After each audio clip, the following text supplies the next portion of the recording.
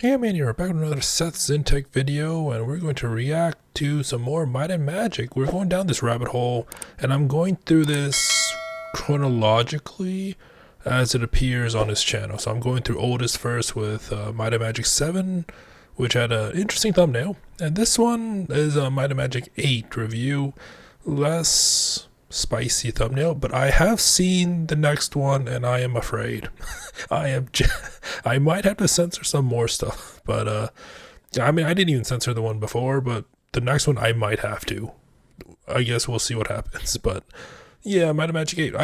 I mentioned this before, I have no real concept of the stories. I played it a little bit. I played a little bit more of Dark Messiah of Might and Magic, but I don't know how relevant it is to the whole Might and Magic universe. So going down this rabbit hole seems pretty interesting based off the Might and Magic 7 review and the re-review. So yeah, let's just get into it. Hey people, Seth here. Oh yeah, so about this one, I tried enabling the closed captions like I usually do for my reactions, but as you can see here, it's not available for some reason, so sorry about that. Today I'll be reviewing Might and Magic 8, Day of a Destroyer, following directly on from the events that took place in Might and Magic 7. Oh, so all the Might and Magics are related to one another in the same universe and I guess same timeline. I like you said, 8 takes place after 7, so interesting. I never knew if it was like that or if it was like a Final Fantasy type series. Destroyer, following directly on from the events that took place in Might and Magic 7, the story begins in Ravenshore, the fantasy equivalent of Bradford, England. A vibrant and multicultural city of many diverse races, with their main... Wait.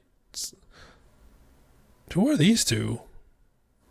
There must be some show I haven't seen before.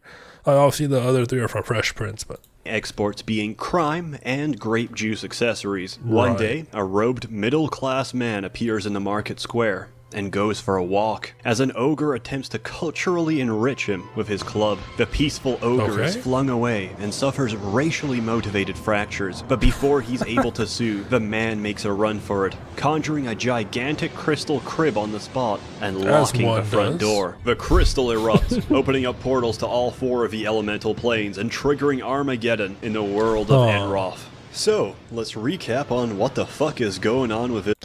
This was just a random person in the middle of the square? The story. Might and Magic 6. Devil aliens come to Enroth. You kill them and nuke their starship. Might and Magic 7. Devil aliens come to Arathia. You kill them and nuke their starship. Might and Magic 8. The Ancient's AOL account just received mail. There's devil aliens on Enroth. I want to see the small details. The Ancient's AOL... Obviously, that was from the thumbnail from 7. Account just received mail. Warning, spyware detected on your... Is it Titus? It took me a second. So, window... Oh, there's Bonzi, buddy. Oh. I mean, I think... when it came out, I think I had it installed, not knowing what it was. Oh, I was a kid back then. Your computer might be at risk. Yeah, you're no kidding. There's a lot of stuff to unpack here. Windows ME. What is Windows ME? There's devil Alzheimer's at AOL. Alright. Send out from automated Enroth. Okay. There's devil alien Kriegans on Enroth and there's Sodom. Okay. Everyone, it's terrible. I don't have enough. Right. Aliens on Enroth, please send help. So the aliens dispatch the android Eschaton to Jadam, which is east of Enroth, to nuke the whole planet. Let's forget that this is a planet home to titans, dragons, and Johnny Depp. You start off as a caravan guard for the Dark Elf Merchants Guild, escorting a shipment of grape juice and grape juice accessories in the Dagger Wound Islands. As the elemental plane of Earth opens up, the nearby volcano starts swallowing up the islands, but more importantly, swallowing up the consumer base and profits of the Merchants Guild. Your order to resolve this Armageddon crisis: close off the elemental planes and beat up the android causing this, all on minimum wage with unpaid overtime. On the way, you might even find a devil alien nest in Jadam, and nuke that too, if you want. No one really gives a fuck about the Kriegans at this point. Also, like, how early is this that he has 700,000 gold? I mean, he may or may not be using. I just now noticed the thumbnails. That is bloody. And nuke that too, if you want. No one really gives a fuck about the Kriegans at this point. Might and Magic 8 is a strange game, and that's probably for the best. It builds on concepts established in the previous games and cranks them up to. Oh. Okay, so that was from the previous one. Okay, because I mean the UI is a little bit different. What is this? I'm like, for each iteration. I mean, granted, I've only seen 2 so far. I'm very interested in the UI choices. 11. This time, you only design a single character, the leader of your party. The rest of your team is filled by adventurers found throughout the world who need to be convinced to join your party. You can no longer kidnap random townspeople to help you on your quest, which the game makes up for by extending your party size to 5. Party members can be swapped out at any time at the Adventurers Guild, which allows you to reform your team with different characters in any major city. The character class system from before has been destroyed. In its place is complete madness. Classes are now tied to races, and many races are classes. Doesn't make too much sense? Too bad. Might and Magic 8 adds racial abilities to each of the different races you can have in your party. Okay, well, I was too distracted by that. Okay, I paused it. Might and Magic 8 adds racial abilities to each of the different races you can have in your party, much like in real life, where Caucasians possess the power of white guilt, and sand people have the ability to transform clocks into a device that can tell you the current time. Vampires can suck dick, levitate, and turn into gas. Trolls regenerate almost instantly. Dark elves learn the arts of the chosen people to make lucrative trade deals, and Hex Goyim, who can't pay off their credit loans. Minotaurs are actually paladins with hooves, and the human classes are pretty self-explanatory. Oh, you can get Minotaurs on this one? The knight is illiterate, the cleric can touch wounds and alter boys, and the necromancer can skelify himself to become a power lich. Dragons can fly and breathe fire. They can also insta-kill anything with one attack. The only enemy in the entire world of Jadam that can withstand— Wait, we got like a fake, or not fake, but like a simulated first-person shooter combat here? I mean, I'm granted, like, the ones before were kind of first person in the sense, but I was like, it wasn't like this, right? Like, and the dragon's assault is a sewer rat, because their hitbox is too small for the dragon's projectile to actually hit them. I think because, I don't know, like, this just seems so different compared to the previous one. Maybe because it's widescreen in a sense, like the actual field of view is a widescreen, whereas in the previous one, if I remember right, I'm trying to find if there's a screen grab of it. Yeah, there we go. That took me longer than wow.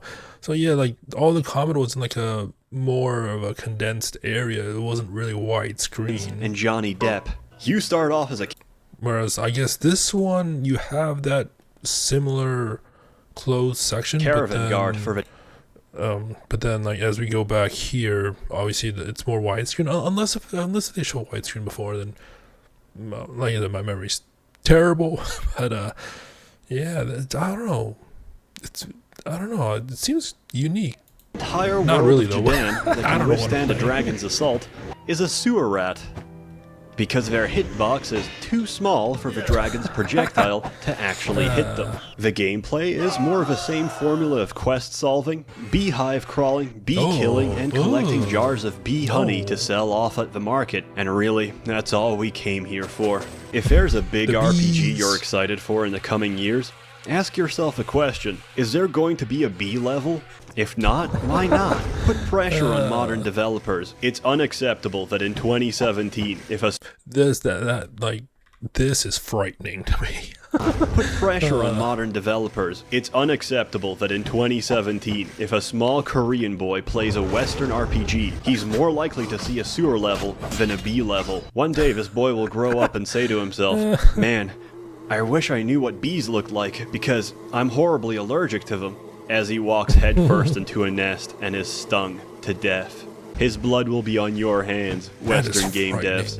But I digress. To progress, you'll need to forge alliances with different in-game factions, such as the Catholic Church or the Necromancers Guild, and the Dragons or the YMCA that fights dragons. There's lots of side content and shenanigans to keep you well entertained, such as the aforementioned Archomage tournament and all the numerous promotion quests needed to actually unlock your race's highest abilities. The game will easily keep you occupied for several dozen hours at least. Over the course of the story, your main character brings all the races of Jadam together to put so like I wonder what these types of games, because game length back in the day, at least with computer games, it varied a lot. I mean, it varies now, but you like since PC gaming in the back then was like the wild west, there was like no real restrictions to an extent, right? To an extent, but yeah, I wonder how long just for the story playthroughs these games typically take, because I think Dark Messiah Might and Magic is a pretty long game, but then it's even longer if you obviously want to like do all the secrets and stuff. So their differences aside and work together to fight their common enemy, Eschaton. It turns out all the elementals are running wild because their respective elemental lords have been imprisoned by Eschaton. Sadly, the keys to the prison are held by Eschaton himself, so you have to forcibly barge your way into his crib, and then, for the first time in gaming history, you have to successfully answer the antagonist password recovery questions to win the game. What? After verifying that you're the owner of the AOL account, what is there when you enter a room and you cannot be outside though you leave through the door open? What? So what is there when you enter a room and cannot be outside though you leave the door? What? Eschaton hands you the keys, inside. So you free the elemental lords, they blow up the crystal, and Eschaton's crib gets trashed. Then an Amazon drone pops out of his chest. The end. But not really. Might and Magic 9 comes out, the publisher goes bankrupt, Ubisoft buys the rights to the franchise, and turns it into Hearthstone. And now they're close to being bought out by Vivendi. What more is there to say? The game is a... Wait, what? I mean, this was years... I think this was like 8 years ago for this video. And now they're close to being... So, Ubisoft to buy back 4 million shares as a defense of... Wow, this was old. So... What was it? So, Vivendi take over... Yeah. Imagine if this actually happened. Or did it?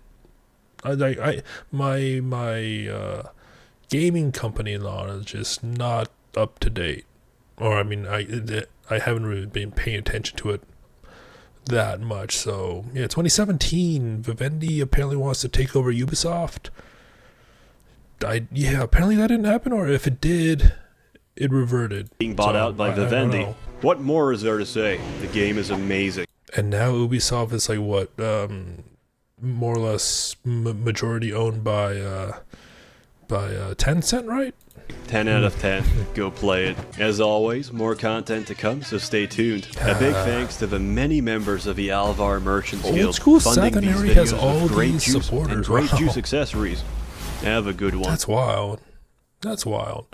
I mean, the entertaining as usual, but like, I'm still surprised that this was 8 years ago. It still has that many supporters. I mean, obviously it's grown by now, but yeah. We're going down this Might and Magic rabbit hole, and like I said, don't know the story unless it's like being thrown to Seth. So we got through 7 twice, and now we got through 8, and I guess the next one is 9, and then I think he goes through all the rest in a random order. Maybe I saw the list, but the thumbnail for 9 just really threw me off.